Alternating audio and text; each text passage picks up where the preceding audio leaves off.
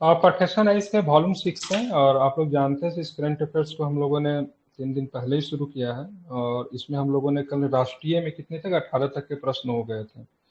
18 से आगे का प्रश्न हम लोग को करना है, मतलब 19 से लेके करेंगे और कोशिश रहेगी कि आज सारे राष्ट्रीय को खत्म करके और आगे के जो टॉपिक जो है उनसे भी कुछ प्रश्न को आज हम लोग करें। ठीक है, तो इसमें जो 19 नंबर जो प्रश्न जो कह रहा है उसमें है, चुनाव आयोग ने चुनावी प्रक्रिया में पहुंच और समावेशिता को सुनिश्चित करने के लिए सक्षम ऐप पेश किया है। ठीक है, तो सिंपल सा प्रश्न तो आपसे एग्जाम में ऐसे भी आ सकता है, बताओ सक्षम ऐप किसके द्वारा प्रस्तुत किया गया। ठीक है, तो क्या बताएंगे, सक्षम ऐप किसका है, किसका है सक्षम चुनाव ऐप। आयोग। ठीक है, तो ध्यान रखें चुनाव आयोग। ठीक है, सक्षम ऐप की बात करेंगे, किसका है, चुनाव आयोग का आपका सक्षम ऐप है, आप इसे ध्यान में रखेंगे। ठीक है, अब किसके लिए सक्षम ऐप है। ठीक है, तो सक्षम ऐप उनके लिए है जो कि सक्षम नहीं है। ठीक है, तो चुनाव आयोग ने दिव्यांगों के लिए आसान मतदान की सुविधा और मतदान केंद्रों और सुविधाओं का लाभ उठाने के लिए सक्षम ऐप को लॉन्च किया है। ठीक है, अब सक्षम ऐप के ऐप में आपको ध्यान में रखना होगा। ठीक है, तो यहाँ पे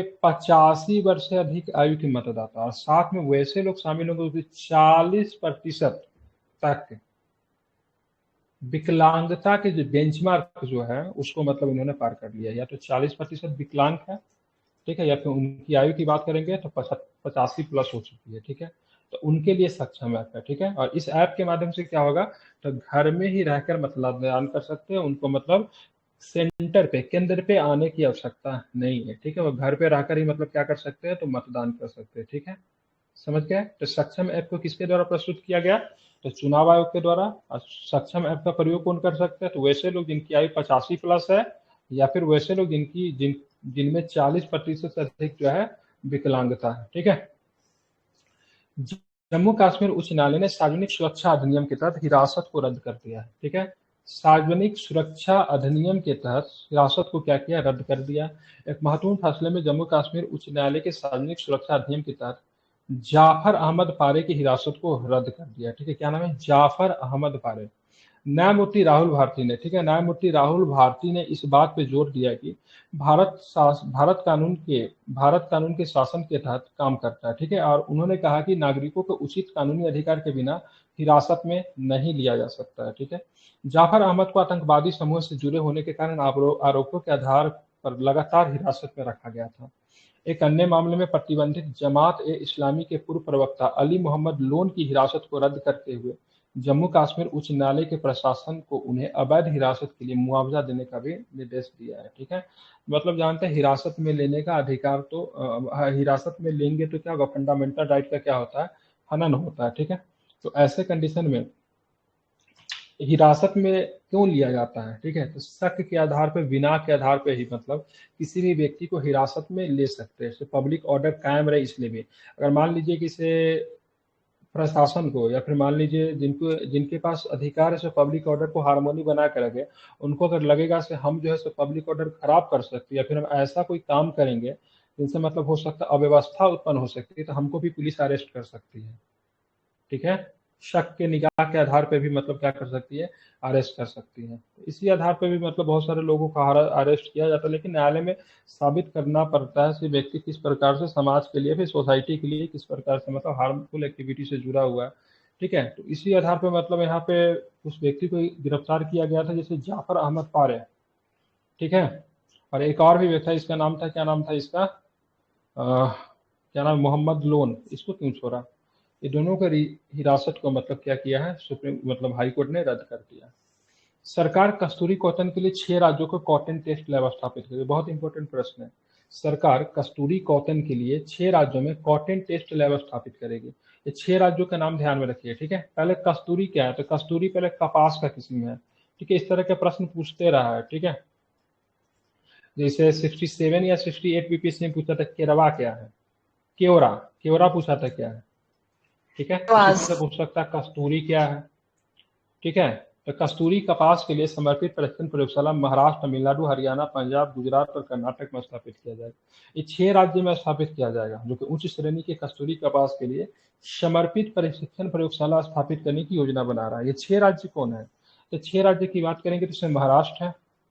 ठीक है, महाराष्ट्र के साथ गुजरात याद रखिए। ठीक है, पंजाब हरियाणा एक साथ रखिए, और कर्नाटक और तमिलनाडु याद रखिए। ठीक है, पश्चिम भारत के 2 राज्य, ठीक है। महाराष्ट्र गुजरात एक ही साथ अलग हुआ, पंजाब हरियाणा एक ही साथ आप याद कर सकते हैं। अब कर्नाटक और तमिलनाडु भी दक्षिण भारत के राज्य जो है उनको याद रखिए, ठीक है।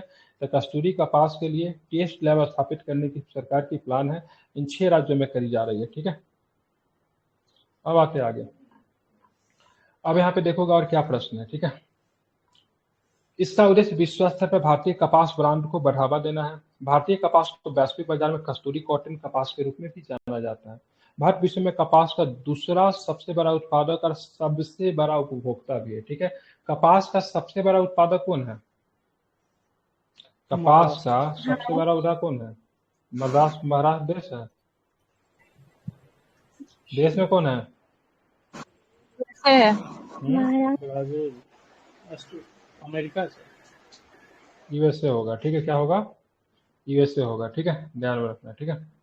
अब आते हैं, ठीक है, भारत दूसरे नंबर पर। केंद्र ने अंग प्रत्यारोपण कराने वाले विदेशियों की बढ़ती संख्या से जांच कर रही है, ठीक है। अब हमारे यहाँ पे देखोगे तो गरीब लोग हैं, ठीक है, उनका शरीर का भी कीमत उतना ही कम होता है। तो अंग प्रत्यारोपण कराने के लिए बहुत सारे लोग जो होते हैं भारत विदेशों से मतलब कहाँ पे आते हैं? भारत में आते हैं, ठीक है, कि कम पैसे पे हो जाता है, ठीक है। इसलिए मतलब क्या होता है, केंद्र ने राज्यों से कहा है कि वे मानव अंग और ऊतकों का प्रत्यारोपण अध्ययन, जिसको थोथा के नाम से जानते हैं, ठीक है, 1994 के उल्लंघन की जांच करें। उल्लंघन करने वाले अस्पतालों का पंजीकरण क्या करें? निलंबित कर दे, जो ऐसा कर रहे हैं। और अंग प्रत्यारोपण से जुड़े मामले क्या क्या होते हैं मैं बताऊंगा, थोड़ा इस पर बात करेंगे। राष्ट्रीय अंग ऊतक प्रत्यारोपण संगठन, ठीक है, NOTTO ने देश में निजी अस्पतालों के माध्यम से अंग प्रत्यारोपण प्राप्त करने वाले विदेशी नागरिकों की संख्या में उल्लेखनीय वृद्धि सूचना दी थी। मतलब जो विदेश के लोग आ रहे हैं यहाँ पे, ठीक है, और यहाँ पे अंग प्रत्यारोपण करा के जा रहे हैं। और इसके लिए एक अधिनियम भी है, इसके लिए जो नियम जो है वो संसद को 1994 में अधिनियम भी आया हुआ है, ठीक है। केंद्र सरकार ने भारत में विदेशी नागरिकों से जुड़े अंग प्रत्यारोपण की संख्या में उल्लेखनीय वृद्धि के कारण जांच का निर्देश दिया है। स्वास्थ्य और परिवार कल्याण मंत्रालय ने मानव अंग और ऊतक प्रत्यारोपण अधिनियम, जिसको थोथा कहते हैं, 1994 के तहत नियुक्त प्रयुक्त अधिकारियों को विदेशी नागरिकों से जुड़े प्रत्यारोपण की जांच करने का निर्देश दिया है। अब अंग प्रत्यारोपण तो करा तो सकते हैं, लेकिन खरीद बिक्री नहीं किया जा सकता अंग प्रत्यारोपण का, ठीक है। अगर कोई अंग का प्रत्यारोपण कराना है तो आपके परिवार का कोई सदस्य ही मतलब उस अंग को आपको दे सकता है, समझ रहे हैं ना? ना कि मतलब क्या कोई जीवित प्राणी का अंग को लेकर उसको पैसे से आप उसको बाई कर सकते हैं। तो यह अधिनियम है, इसमें बहुत सारी चीजें हमको उतना नहीं जानना है, लेकिन ध्यान में रखना है। तभी केंद्र सरकार ने अंग प्रत्यारोपण कराने वाले विदेशियों की बढ़ती संख्या को लेकर चिंता जारी किया, राज्यों का आदेश दिया, जांच कराओ। और इसके लिए अंग प्रत्यारोपण अधिनियम जो है THOTA थोथा कब आया था? तो 1994 में आया था। इंडिया पोस्ट ने अंटार्कटिका में भारतीय स्टेशन का एक डाकघर खोला। बताइए, भारत में इसको संभल नहीं रहा है, ठीक है। आज से एक सप्ताह पहले कुरियर किए थे, स्पीड पोस्ट वो आज तक नहीं पहुंचा है, ठीक है। कहाँ पहुंच गया है? अंटार्कटिका में पहुंच गया है, ठीक है। तो इंडिया पोस्ट ने, ठीक है, अंटार्कटिका में एक डाकघर खोल दिया। कहाँ पे? तो भारतीय स्टेशन वहां पे एक डाकघर खोला है, तो समझ रहे हैं। चलिए अब देखेंगे, इससे पहले इंडिया पोस्ट ने 1984 में दक्षिण गंगोत्री स्टेशन पर और 1990 में मैत्री स्टेशन पर भी डाकघर स्थापित किया था। अंटार्कटिका में हमारे 3 स्टेशन थे। सबसे पहले हमने बनाया दक्षिण गंगोत्री, उसके बाद हमने मैत्री बनाया, उसके बाद हमने बनाया भारती, ठीक है। हमारे कितने स्टेशन है? 3 स्टेशन है। तो इंडिया पोस्ट ने अभी भारतीय स्टेशन में अपना एक डाकघर खोल दिया। उससे पहले ये कारनामा की बात करेंगे तो दक्षिण गंगोत्री में 1984 में कर चुका है, मैत्री में भी 1990 में कर चुका है, ठीक है। भारतीय डाक की बात करेंगे तो संचार मंत्रालय के अंतर्गत आता है। भारत में 1,55,000 से अधिक डाकघरों के साथ दुनिया के सबसे व्यापक रूप से विस्तृत नेटवर्क है, ठीक है। अंटार्कटिका में भारत के 3 अनुसंधान केंद्र हैं। तो सबसे पहले आपका कौन है? गंगोत्री, जो कि बंद हो चुका है। एक मैत्री है और दूसरा भारती है। सबसे नवीन को है भारती है। फिर से रिपीट कर रहा हूँ, अंटार्कटिका में भारत के कितने अनुसंधान केंद्र है? तो 3 है, ठीक है। गंगोत्री की बात करेंगे, ठीक है, तो 1980। मैत्री की बात करेंगे तो आपका 1989। अब भारती की बात करेंगे तो 2012 में, ठीक है। तीनों पे बात करेंगे तो तीनों पे इंडियन पोस्ट ऑफिस ने अपना यहाँ पे एक शाखा स्थापित की है। नई दिल्ली में भारत की सबसे बड़ी जलवायु नई दिल्ली में भारत की सबसे बड़ी जलवायु घड़ी का अनावरण किया गया, ठीक है। जलवायु घड़ी का कहाँ पे अनावरण किया गया? भारत की सबसे बड़ी, तो नई दिल्ली में। पृथ्वी दिवस समारोह के, ठीक है, CSIR मुख्यालय में, ठीक है, CSIR मुख्यालय में, ठीक है, भारत की सबसे बड़ी जलवायु घड़ी का क्या किया गया? अनावरण किया गया। ठीक है, ध्यान में रखना। अब देखेंगे यहाँ पे क्या था इसमें। तो यह पहल जलवायु परिवर्तन और इसके प्रतिकूल प्रभावों के बारे में जागरूकता बढ़ाने के लिए, ठीक है, CSIR की प्रतिबद्धता को क्या करता है, रेखांकित करता है। CSIR की स्थापना 1942 में की गई थी। ठीक है, ध्यान रखेंगे, भारत सरकार द्वारा देश के भीतर वैज्ञानिक अनुसंधान और औद्योगिक विकास को बढ़ावा देने के प्राथमिक लक्ष्य के साथ की गई थी। ठीक है, और CISR की बात करेंगे तो इसके हेड कौन होते हैं, ठीक है, तो प्राइम मिनिस्टर होते हैं। ठीक है, स्थापना कब हुई थी, तो 1942 में इसकी स्थापना हुई थी। ठीक है, अब आते हैं, सुप्रीम कोर्ट ने 100% वीवीपैट ईवीएम से मिलान करने की याचिका खारिज कर दी। ठीक है, तो हाल फिलहाल में बहुत सारे लोग जो थे वो सुप्रीम कोर्ट पहुंचे, उनका कहना था कि भाई साहब चुनावी व्यवस्था जो ठीक नहीं चल रहा है, वोट डालते हैं इधर से या निकलता है उधर से, मतलब देते किसी और को चला जाता है, इसलिए इसे वीवीपैट से क्या करेंगे, मैच करो। वीवीपैट क्या होता है, जब आप लोगों ने इसमें चुनाव दिया होगा, चुनाव में वोट जैसे आप डाले होंगे, जैसे बटन दबाए होंगे, तो आपने जिस पार्टी को वोट दिया, एक बॉक्स होता है बगल में, तो वहां पे से जिस पार्टी को वोट दिया ना, थोड़ा देर के लिए दिखता है। ठीक है, इस बार तो ज्यादा देर के लिए दिख रहा था, इस बार वो 30-35 सेकंड तक दिख रहा था। पहले मुश्किल से 4 से 5 सेकंड तक दिखता था। उस पार्टी का नाम, उस पार्टी के कैंडिडेट के नाम, उस पार्टी के चिन्ह का नाम जो था वहां पे आपको दिखेगा। ठीक है, उस पार्टी के चिन्ह का नाम जो था वो भी उसमें वीवीपैट में दिखता, मतलब आपने वोट यहाँ पे दिया, एक कागज जो था, एक स्लिप वहां पे निकलता था। तो बहुत लोग बोले से जितना ईवीएम में वोट हुआ, जैसे ईवीएम में 2500 वोट हुआ, तो 2500 से वीवीपैट को मिला। तो 2500 वोट में अगर मान लीजिए 500 वोट बीजेपी को मिला है, ठीक है, 2000 वोट कांग्रेस को मिला है, तो सही है कि नहीं, 500 वोट बीजेपी को मिला है तो 500 वीवीपैट में होना चाहिए, 2000 कांग्रेस को मिला तो 2000 कांग्रेस का वीवीपैट में होना चाहिए। तो यहाँ पे इससे क्या होगा ना भाई साहब, तो इससे सबसे बड़ी दिक्कत क्या हो जाएगी ना, समय बहुत लग जाएगा। ठीक है, फिर मतलब ईवीएम से मतदान कराने का फायदा ही क्या होगा। तो सुप्रीम कोर्ट ने साफ कर दिया कि देश में बैलेट पेपर से वोटिंग का दौर वापस नहीं आएगा। ठीक है, एक समय बैलेट पेपर से वोटिंग करते थे, इसी तरह का वोटिंग करते थे जिसमें बैलेट पेपर से वोटिंग होती थी, और ईवीएम सिस्टम तो था नहीं वहां पे। अब बैलेट पेपर से वोटिंग होती थी, इसमें दिक्कतें भी होती थी। अब कोई लोग गया जल्दी जल्दी में, एक जगह वोट करने के बदला 2 जगह 3 जगह 4 जगह वोट कर दिया, कोई वोट को लूट भी सकते थे। ईवीएम से तो ऐसा हो नहीं सकता है। तो ईवीएम से वोट करने के लिए दो तरीका देखा जाता है। सबसे पहले आप गए, आपने अपना वोटर लिस्ट में नाम वगैरह सब कुछ मिला लिया, आपका आधार कार्ड वगैरह सब कुछ चेक हो लिया। आप जैसे ही अंदर प्रवेश करोगे तो यहाँ पे अधिकारी होते हैं, ठीक है, चुनाव कराने की जिनकी जिम्मेवारी होती है, यहाँ से जब ओपन करेगा, यहाँ से ऑन बटन जैसे ही दाबेगा, तभी जाके अंदर में वोट गिरा होगा। ऐसा नहीं कि अब अंदर में पहुंच गए धाए धाए 4 को 5 को वोट गिरा दिए, नहीं, यहाँ से ऑन करेंगे तभी जाके अंदर में एक वोट होगा। जब तक यहाँ से ऑन नहीं होगा तब तक अंदर से वोट हो ही नहीं सकता। ठीक है, लेकिन पहले ऐसा नहीं था। इसके साथ ही वीवीपैट से 100% पर्ची मिसाल भी नहीं होगा। हालांकि ईवीएम 45 दिनों तक सुरक्षित रहेगी। अगर नतीजों के बाद 7 दिनों के भीतर शिकायत की जाती है तो जांच कराई जाएगी। अब वीवीपैट के बारे में हम लोग जान लेते हैं, जो कि एग्जाम में कई बार पूछा जाता है। तो वीवीपैट का फुल फॉर्म सबसे पहला, बहुत ही, voter verified paper audit trail, याद करना है, एग्जाम में आएगा, हो सकता है इसी बार भी आ जाए, क्योंकि वीवीपैट और ईवीएम का मुद्दा बहुत अधिक जुड़ा हुआ, तो मेंस में भी प्रश्न पूछ सकता है ईवीएम वगैरह से उठाकर। ठीक है, और यहाँ पर भी पूछा जाएगा। वीवीपैट का फुल फॉर्म क्या होता है, voter verified paper audit trail. ठीक है, याद रहेगा। वीवीपैट का विचार 2010 में आया था। कब आया था इसका विचार, 2010 में। और 2013 में पहली बार नागालैंड विधानसभा चुनाव जो था वीवीपैट से करवाया गया। किससे करवाया गया, तो नागालैंड विधानसभा चुनाव की बात करेंगे तो पहली बार जो था वीवीपैट से हुआ था। ठीक है, और वीवीपैट का विचार पहली बार बात करेंगे तो कब आया था, ध्यान में रखिएगा, कब आया था, तो ध्यान में रखना कब आया था, तो आपका कब आया था, तो बिल्कुल ठीक है, 2000, ठीक है, कब आया था, 2010 में आया था। वर्ष 2019 में प्रति विधानसभा क्षेत्र, मतलब सारे विधानसभा क्षेत्र, लोकसभा के मामले सेगमेंट 5 रैंडम तौर पर चुने गए पोलिंग बूथ पर वीवीपैट पर्ची का मिलान ईवीएम से किया जा रहा है। ठीक है, अब यहाँ पे ये भी ध्यान में रखना है, पार्टी जो है बार बार चैलेंज करे तो भाई साहब दिक्कतें हो रही है, तो बोला ठीक है, कांग्रेस पार्टी को दिक्कत हो रहा है, समाजवादी पार्टी को दिक्कत हो रहा है, आम आदमी पार्टी को दिक्कत हो रहा है, तो सारे क्षेत्र का तो मिलान करना संभव नहीं है, लेकिन आप कोई भी 5 को विधानसभा क्षेत्र तुम चुन लो, ठीक है, उसका सारे वोट का मतदान कर देते हैं। ठीक है, तुम्हारे संतुष्टि के लिए। अगर वहां पे अगर 100% अगर मैच कर जा रहा, सब जगह मैच करेगा, लेकिन सारे विधानसभा क्षेत्र का अगर मिलान करेंगे तो पता चलेगा चुनाव कराने के बाद भी मतलब 1 महीना तक रिजल्ट नहीं है, तब तो और भी अविश्वास पैदा होगा ना। रिजल्ट में देरी होने से क्या होगा, अविश्वास पैदा होगा। क्योंकि वोटिंग कराने की जिम्मेवारी एक तरह से देखेंगे तो राज्य सरकार के अधीन अधिकारी का होता है, ज्यादातर राज्य सरकार का अधिकारी होता है ना।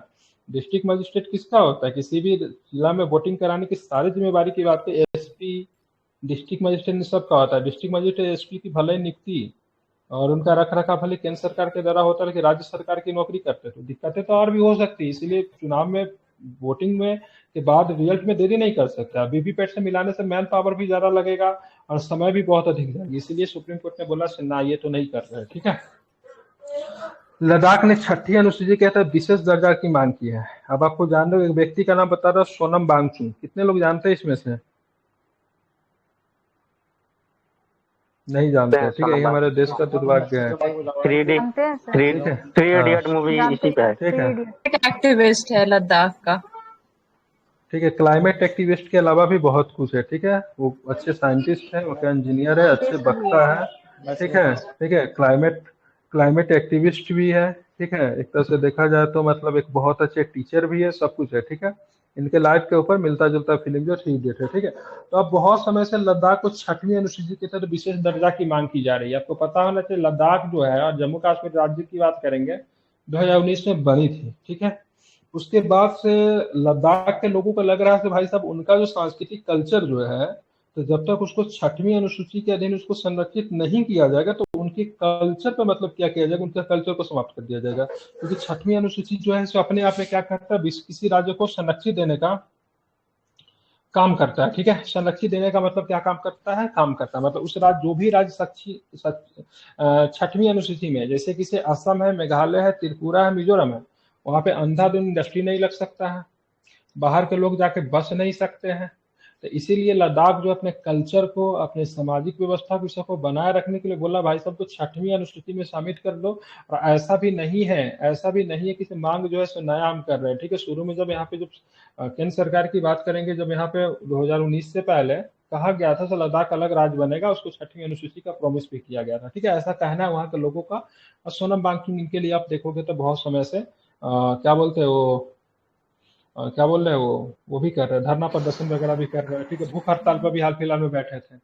लद्दाख के लोग 6वीं अनुसूची तो लद्दाख को जनजातीय क्षेत्र के रूप में मान्यता देने की मांग कर रहे हैं। 6वीं अनुसूची के अनुच्छेद 244(2) इंपोर्टेंट है, अनुच्छेद 275(1) के तहत असम, मेघालय, त्रिपुरा, मिजोरम में आदिवासी क्षेत्रों का प्रशासन के लिए प्रदान की गई। ठीक है, कौन कौन अनुच्छेद है, 244 का सब क्लोज 2, 275 का सब क्लोज 1। ठीक है, ध्यान में रखना है। 6वीं अनुसूची का प्रमुख प्रावधान की बात करेंगे तो यह राज्यपाल को इन चारों राज्यों में स्वायत्त जिला परिषद, ठीक है, जिसको एडीसी कहते हैं, और स्वायत्त क्षेत्रीय परिषद जिसको एआरसी बनाने का अधिकार देता है। ठीक है, यह राज्यपाल को इन चारों राज्यों में स्वायत्त जिला परिषद और स्वायत्त क्षेत्रीय परिषद बनाने का क्या करता है, अधिकार देता है। ठीक है, एडीसी की संरचना, एडीसी में 30 से अधिक सदस्य नहीं होते हैं। ठीक है, जिनमें से 4 राज्यपाल द्वारा नामित होते हैं, बाकी निर्वाचित होते हैं। ठीक है, बोडोलैंड प्रादेशिक परिषद एक अपवाद है, इनमें 46 सदस्य हो सकते हैं। ठीक है, ध्यान में रखना है। अब एडीसी की बात करेंगे, एडीसी की बात करेंगे। ठीक है, ये जो होता है, ठीक है, स्वायत्त जिला, ठीक है, स्वायत्त जिला परिषद जो होता है, इसमें कितने सदस्य होते हैं, ठीक है, 30 सदस्य होते हैं। ठीक है, जिनमें से 4 सदस्य की बात करेंगे तो राज्यपाल के द्वारा, ठीक है, राज्यपाल के द्वारा नामित होते हैं। बाकी के जो सदस्य जो होते हैं, ठीक है, सबके सब क्या होते हैं, निर्वाचित होते हैं। ठीक है, मतलब इनको अपने प्रशासन को चलाने का अधिकार है, सिंपल शब्दों में हम कहें तो। ठीक है, मतलब यहाँ पे पंचायती राज वगैरह ये सब काम नहीं करता, इन लोग का अपना क्या होता है, असम, मेघालय, त्रिपुरा, मिजोरम में यहाँ पे क्या होता है, अपना इनका स्वायत्त क्षेत्र होता है। ठीक है, जो कि बोडोलैंड प्रादेशिक परिषद की बात करेंगे तो अपवाद यहाँ पे कितने, 46 सदस्य हैं। तो एडीसी हो गया। ठीक है, ये मतलब इन राज्यों में, ठीक है, इन राज्यों में एडीसी भी होगा और साथ में क्या होगा, एआरसी भी होगा। ठीक है, दोनों को दोनों राज्यपाल के द्वारा स्वायत्त होगा। ठीक है, आप बात करोगे से ये विशेष क्षेत्र घोषित करने का अधिकार कितना है, तो प्रेसिडेंट के पास है। ठीक है, प्रेसिडेंट के पास अधिकार है। अब है प्रेसिडेंट से पावर किसके पास आता है, राज्यपाल से। तो आप बोलोगे सर इस मतलब ये जो क्षेत्र जो है, इन क्षेत्रों में क्या भारत के कानून जो बनेंगे, संसद के द्वारा कानून जो बने वो लागू होंगे की, तो बिल्कुल लागू होंगे, लेकिन अगर राष्ट्रपति अगर चाहे तो ऐसे कानून को इस क्षेत्र में लागू नहीं करेंगे। ठीक है, अगर राष्ट्रपति चाहे तो ऐसे कानून के इन क्षेत्रों में लागू करेंगे, लेकिन उसका संशोधित रूप को करेंगे। जैसे मान लीजिए कोई 5 गो कानून होता है तो राष्ट्रपति कह सकते हैं भाई साहब 4 गो कानून इस क्षेत्र में लागू होगा, 1 गो कानून लागू नहीं होगा। ठीक है, मतलब हो सकता है भारत के संसद के द्वारा बनाया गया कानून भी यहाँ पे लागू नहीं होगा भी लागू, और संशोधित रूप में भी लागू होगा। ठीक है, तो एडीसी की बात करेंगे और साथ में बात के एआरसी की बात करेंगे, तो ये मतलब एक तरह से उनको अपना प्रशासन चलाने का अधिकार देता है। अब बोलोगे सर इसको अपना प्रशासन चलाने का अधिकार क्यों देंगे, तो भाई साहब इनका जो ये जनजातीय लोग है, ठीक है, इनका आम आदमी से जीवन से इनका कोई लेना देना नहीं है। अब आम आदमी का जो कानून होगा इनके ऊपर थोप नहीं सकते हैं। ठीक है, इनका अपना नियम है, अपना तौर तरीका है, ये अपने तौर तरीका से तब तक चलेंगे जबकि आम जनमानस में घुल मिल नहीं जाते, इसलिए इनको विशेषाधिकार दी गई है। तो ठीक है, अपने अनुसार आप चीजों को मतलब क्या करो। ठीक है, आपके ऊपर कुछ थोपने की जरूरत नहीं है। ठीक है, समझ रहे हैं ना, इनको प्रशासनिक अधिकार अपना मिला हुआ। अब एआरसी क्या होता है, किसी स्वायत्त जिले में कई अनुसूचित जनजातियां हैं जो राज्यपाल उनके निवास वाले क्षेत्र को स्वायत्त क्षेत्रों में विभाजित कर सकता है। ठीक है, तो एडीसी और एआरसी दोनों के दोनों काफी महत्वपूर्ण है, आपको इसको ध्यान में रखना चाहिए। आप चलेंगे आगे। ठीक है, भारत के सर्वोच्च न्यायालय के 75 वर्ष पूरे हो गए हैं। प्रधानमंत्री ने 28 जनवरी को दिल्ली स्थित सर्वोच्च न्यायालय के सभागार में भारत के सर्वोच्च न्यायालय के हीरक जयंती का उद्घाटन किया। ठीक है, हीरक जयंती क्या बोलते हैं, सिल्वर जुबली। ठीक है, तो कितने वर्ष पूरे हुए हैं, हीरक जयंती क्या बोलते हैं, सिल्वर जुबली बोलते हैं। ठीक है, नहीं, डायमंड जुबली, डायमंड जुबली होता है। ठीक है, 75 वर्ष पूरे हो गए। ठीक है, और सुप्रीम कोर्ट की स्थापना कब हुई थी, 28 जनवरी 1950 को हुई थी। ठीक है, तो 28 जनवरी को अपना स्थापना दिवस मनाता है। अब आते हैं सुप्रीम कोर्ट के बारे में जान लेते हैं। ठीक है, तो देखें भारतीय संविधान का अनुच्छेद 124(1) के अनुसार भारत के सर्वोच्च न्यायालय भारत के मुख्य न्यायाधीश और अधिकतम 7 अतिरिक्त न्यायाधीश होने चाहिए। ठीक है, और संविधान में जो सुप्रीम कोर्ट के बारे में जो जानकारी जो दी हुई है 124 के में 1 में जो दिया गया उसमें बोला गया एक मतलब सीजीआई होगा। ठीक है, क्या होगा, एक सीजीआई होगा। ठीक है, और साथ में एक सीजीआई के अलावा कौन होगा, 1+7 होगा। ठीक है, ध्यान रखेंगे। ठीक है, अब तक संसद किसी कानून के माध्यम से अधिक संख्या निर्दिष्ट न करे। ठीक है, अब ये भी बोला अगर आवश्यकता के मालिक उस समय देश की जनसंख्या कम थी, सुप्रीम कोर्ट के ऊपर बर्डन कम था, सिंपल सी बात है। अब देश की जनसंख्या बढ़ गई, लेकिन संविधान सभा तो है नहीं जो मतलब संविधान में लिखेगा कि चलो अब इतना बढ़ा दे तो उतना बढ़ा, तो बोला भाई साहब देखो संसद को दे देते हैं, संसद अपना देख लेगा, जो संख्या बढ़ाना होगा घटाना होगा, घटाएंगे तो नहीं बढ़ाएंगे ही, संसद तय करेगी। ठीक है, तो इसके लिए जब तक संख्या बढ़ाई नहीं जाएगी तब तक अगर बोलेगा मूल संविधान में सुप्रीम कोर्ट के सदस्यों की संख्या कितनी थी, तो 7+1। ठीक है, ध्यान रखना, मूल संविधान की बात कर रहा हूँ। ठीक है, अगर एग्जाम में ऐसा प्रश्न पूछ सकता था संविधान में, ठीक है, सुप्रीम कोर्ट के सदस्यों की संख्या और सुप्रीम कोर्ट में न्यायाधीशों की संख्या तय नहीं थी तो गलत हो जाएगा। भाई उस समय तय थी, 1+7 की बात कही गई थी। हाँ, कहा गया था समय के साथ इसमें बढ़ाया जा सकता है। ठीक है, वर्तमान में सर्वोच्च न्यायालय में भारत के मुख्य न्यायाधीश सहित मतलब कितना अभी कितना 1+33 है, और टोटल सदस्यों की संख्या कितना है तो 34 है। संवैधानिक प्रावधान की बात करेंगे तो सर्वोच्च न्यायालय की शक्ति और क्षेत्राधिकार भारतीय संविधान का 124 से लेकर 147 में है। कब कहां तक है, तो 124 से लेकर 147 तक के अनुच्छेद में आपको सारी जानकारी आपको देखने को क्या होती है, मिलती है। आप इसे याद रखोगे। ठीक है, समझ रहे हैं ना। भारत के संविधान अनुच्छेद का 130 क्या कहता है, तो 130 जो है सर्वोच्च न्यायालय को दिल्ली या ऐसे अन्य स्थानों पर बैठेगा जिन्हें भारत के मुख्य न्यायाधीश समय समय राष्ट्रपति की मंजूरी से नियुक्त कर सकते हैं। तो भारत के संविधान का अनुच्छेद 130 के अनुसार सर्वोच्च न्यायालय दिल्ली या ऐसे अन्य स्थानों पर बैठेगा जिसे भारत के मुख्य न्यायाधीश समय समय राष्ट्रपति के मंजूरी से नियुक्त कर सकते हैं। तो आप यहाँ पे बोलोगे सर अगर रात में अगर सुप्रीम कोर्ट चले सर दिल्ली में बैठक ना कर मद्रास में करेंगे तो क्या सुप्रीम कोर्ट मद्रास में बैठक कर सकती है क्या, बिल्कुल कर सकती है। ठीक है, इसके लिए भारत के मुख्य न्यायाधीश राष्ट्रपति से परमिशन लेके सुप्रीम कोर्ट का कोर्ट जहां पे लगाना चाहेंगे वहां पर भी लग सकता है, कोई जरूरी नहीं दिल्ली में, वैसे मुख्य रूप से तो दिल्ली में है ही, जैसा कि आप लोग जानते हैं। ठीक है, तो ये हमारा जो था नेशनल जो है सो हमारा समाप्त होता है। ठीक है, कल के क्लास में हम लोग देखेंगे क्या देखेंगे, तो कल के क्लास में हम लोग इंटरनेशनल करंट अफेयर्स को करेंगे। ठीक है, चलिए।